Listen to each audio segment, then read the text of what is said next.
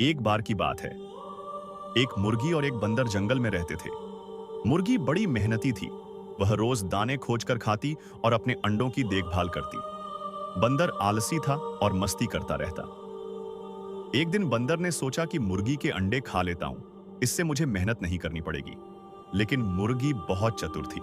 उसने अपने अंडों को छुपा दिया और बंदर को खाली घोंसला दिखा दिया। बंदर भूखा रह गया, जबकि मुर्गी ने अपने बच्चों को सुरक्षित रखा। तब बंदर को समझ आया कि दूसरों का हक छीनने से कभी फायदा नहीं होता। असली खुशी मेहनत और ईमानदारी से ही मिलती है।